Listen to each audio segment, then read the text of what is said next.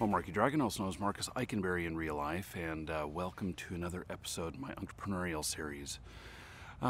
This one's kind of interesting because what I really wanted to talk about in this episode is something that I'm blocked from saying until October 6th, 2017.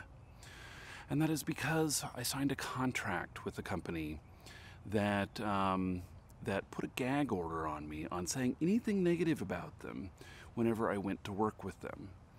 And I didn't work for them. I actually had a business arrangement with them.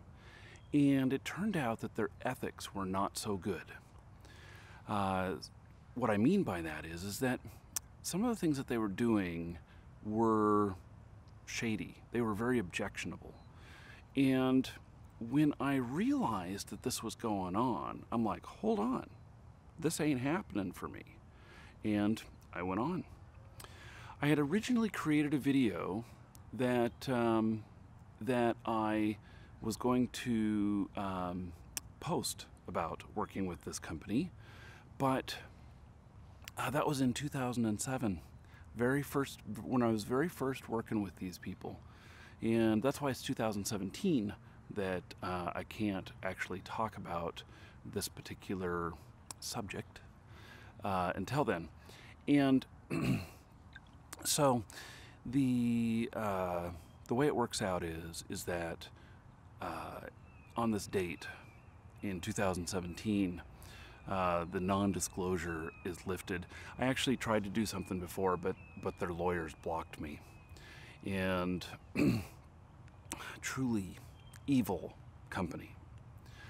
But let me just talk about something else, and you will find that if you set your calendar for October 6th, 2017, and you come back to my channel, there will be the video appearing there that I've wanted to make. It's not the one I made back in 2007.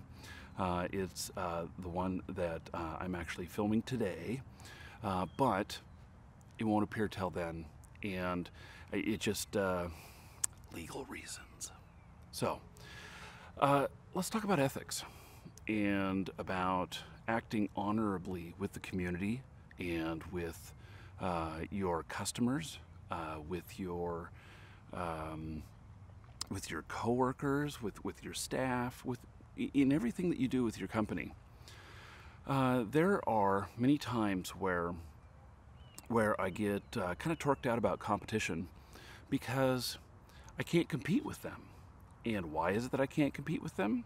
Well, it's typically not because they have some resource that I don't have available to me or can't figure out how to get. It's because they cross a line with ethics and with morals that I'm not willing to cross. And without being willing to cross that, it's a hard time competing. An example is back when I was doing limousines, that we decided that we were going to do it right, because what was happening is that other companies were insuring their limousines as 15 passengers or below, when in fact they might be 16 to 20 passengers. And we had a couple of limos that were like 14 passenger, and we had like another 7 passenger one, and then we had a couple that were, one that was 21 and one that was 24 people. This is in a limo. At that point, when they go above, in the United States at least, when they go above 16 or above people, it becomes a bus. And as a bus, it becomes a different vehicle type according to insurance. So if we stayed at 15 or below, we could get away with insuring for about $1 million. And you know, $1 million is probably enough that if anything happened, that you know, could all be taken care of. I mean, if something totally catastrophic happened and, you know, everybody died or something like that, you know, even a higher insurance amount probably wouldn't save the company from going under. Because when people die, people get sued. And at least that's the way it is here in the States, especially if there's any negligence. And So with the larger capacity vehicles, the insurance goes up to $5 million is where the minimum is. And at $5 million, it's not 5 times the $1 million price. It's more like 3 times, 2 or 3 times the rate, but it does cost a lot more. And because it costs more, you have to charge more for your services. I mean, it's just a matter of economy. And, you know, in your costs are higher, you have to charge more. And so for our really big limos, there's a fish that just keeps jumping right over here. It must be morning breakfast time. So in order to operate these vehicles, we had to charge more. And a lot of our competition was charging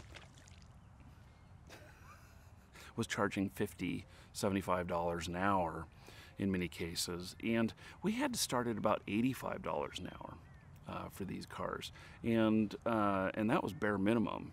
What we really wanted was like $150 to $200 an hour, and these cars were pretty special. So, but we consistently got priced out.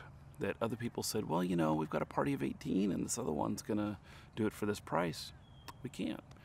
And we did a little bit of studying and we found out that they were just not insuring for the rate.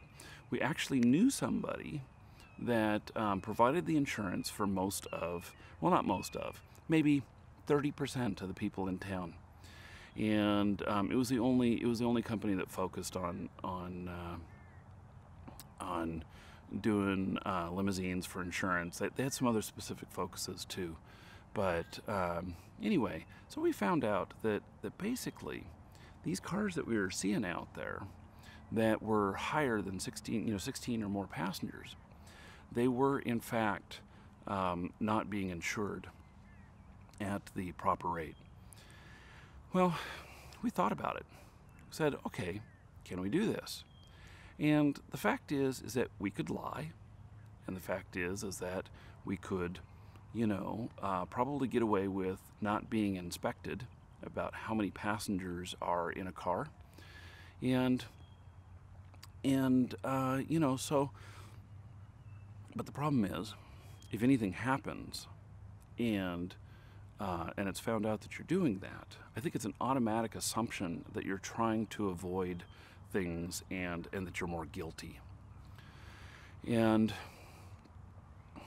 so these other companies probably have faced some of that because it's been about 6 or 7 years now. By the way, the limousine thing and this other thing that I can't talk about, they're not related. The thing that I can't talk about is in the video game industry. And so it's just a matter of doing the right thing. And I think that if you can't compete in an area while having good ethics and morals, that maybe you should consider not being in that area. It's really a kind of a turn and burn attitude of, okay, we're gonna bypass these laws, or we're gonna do whatever, but for just short-term gain. The long term on it dictates that you don't do stuff like that. And if others are doing that, I mean, how do you deal with that? I mean, maybe you get laws changed. Maybe you turn them in. Maybe you just get them inspected somehow or whatnot. And which I never saw a single inspection happen the whole time that we were operating, and we were out there trying to get everything done ahead of time. We weren't trying to avoid anything. But I think that companies that are ethical have maybe a harder time competing, but in the eyes of the customers, it's a lot better long-term thing.